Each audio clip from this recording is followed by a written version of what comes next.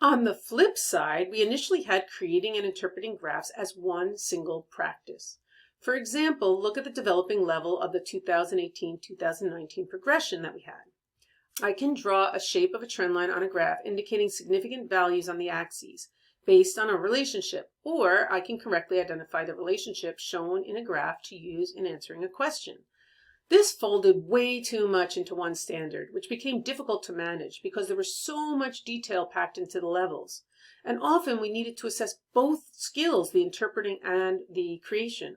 So what happened when creating graphs earned proficient but interpreting graphs earned developing? What score did the student get if assessed on two different questions with the same practice?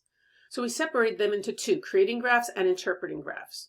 The interpreting graph reads, I interpret a graph overtly using relevant features such as coordinate pairs, graph shape, axes, and/or y-intercept when answering a question or analyzing experimental results.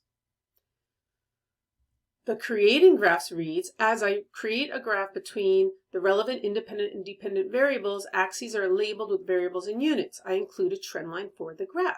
Note, we did make other changes to these standards, which you might notice, but we couldn't have done the refinements without separating them into two.